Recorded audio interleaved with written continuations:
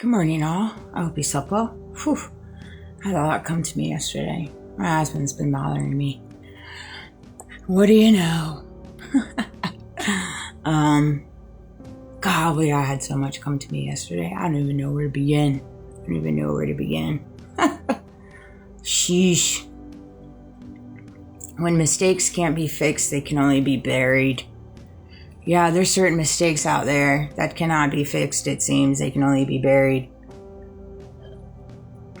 And just ask all of those that are trying to bury mistakes. They'll tell you. They'll tell you. They'll tell on themselves too. When they just can't take accountability or admit their faults. You know what I mean? It's a dang shame. It really is. How simplistic it really is to just take accountability. I know there are some really big mistakes out there that would be revolutionary, I believe, if the truth truly came out. I don't think the world is ready for it, truthfully. I mean, just see how everybody's responding to it now, and it's like maybe 40% of truth is out there, maybe even 30 on a good day. That came to me. I was watching the Dutton Ranch with Rip and Beth. I watched the 2 episodes. I love them. I loved Yellowstone when it came out. So, of course, I watched that, and that was something that was said in there. I was like, that's so true. When mistakes can't be fixed, they can only be buried. Yeah, for some people. So then you spend the rest of your life trying to bury your mistakes, and then wondering if today's the day that your mistake actually surfaces, if you actually get exposed. So that is your new life, living here on earth. Trying to bury your mistakes. It doesn't sound like a great life to me. Another thing that came to me. Internet browsers and search engines fed implants.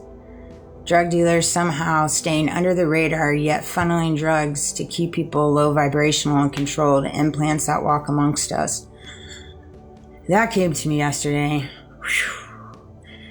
I've come to realize that I do believe, it's not for certain, but based off things that I've connected and people of my past, I think that there were some fed implants somehow, some way locked in there. And I think that they tag you in based off dirt that they have on you, whether it's crap on your browsers, mistakes you made in the past, that you took a plea deal or some crap like that. That's how they get you.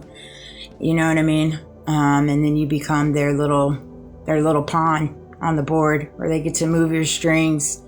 And it's really sad to see, truthfully,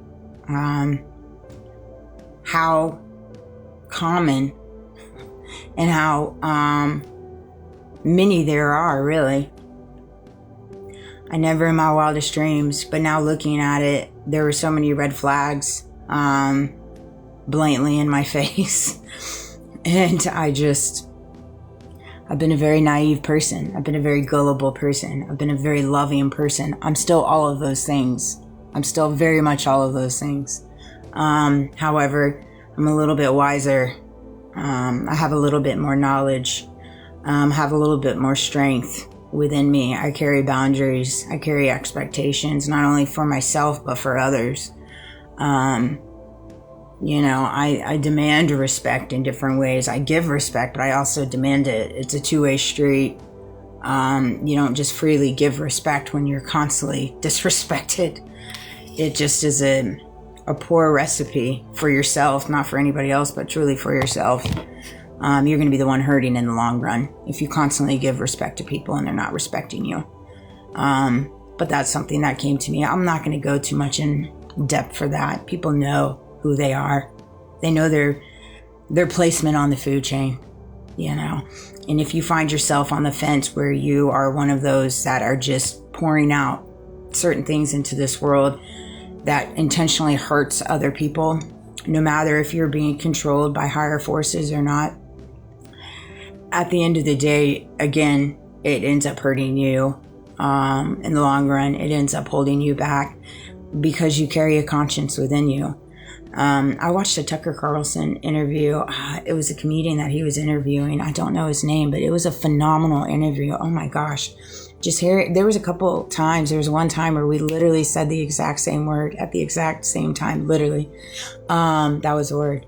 And just his thinking, and I resonate so much with his story, in reference to being kind of targeted in different ways and canceled, and going through the banning of accounts, them stripping you away of everything with your finances, your family life, your kids. For me, it was my family life, my kids. It was just everything across the board. But it does, when you walk through certain scenarios and seasons like that are designed to break you. You can either allow it to break you, or you can allow it to elevate you. And very similar to him, I allowed it to elevate me. It helped me become more humble. It helped me become more frugal. It helped me become carrying a certain color eyes within this world of seeing the full truth within it. You know, truth is always evolving, whether it's your truth or just truth. It's evolving based on how you grow as we grow for humanity and different things of that nature, you know. And so it's one of those things, you have the deciding factor of what side of truth you're on.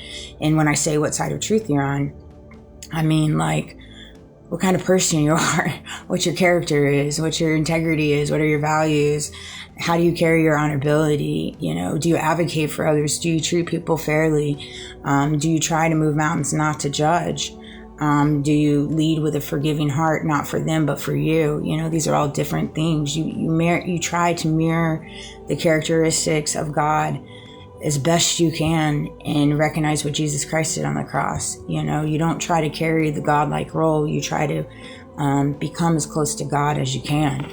And so it's one of those things. Nothing like manufacturing a disease to relinquish your poor life decisions. Man, that came to me yesterday. That was a hard truth. Like, obviously we all recognize that there's a lot of manufactured diseases flying out there to keep us sick, to keep us continually going to the doctors, to keep us continually on pharmaceutical medications and things of that nature. However, there are different people, and unfortunately, that live in this world that manufacture a disease that they may or may not have, to get pity, to get attention. And it's really sad to see that, because it's got to tell you where they're at in their walk, where they feel like they have to do that because they're not getting attention, because they feel so insecure.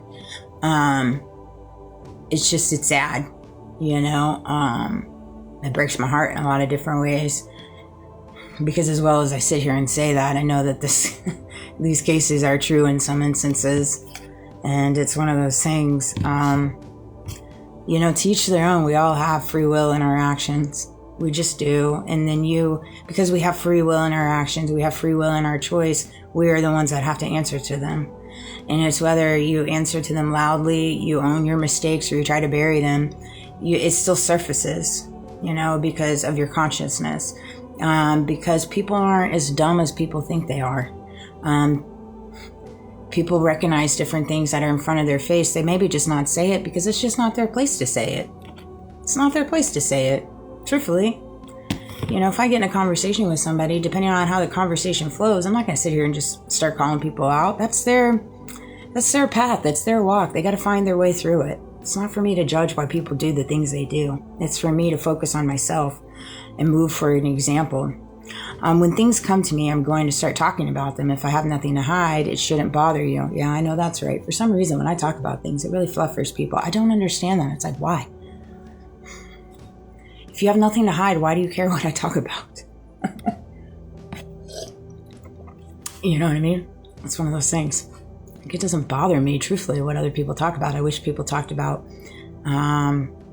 more things that weren't so manufactured in reference to mind control. I would prefer that. You know, instead of being an automatic repeat.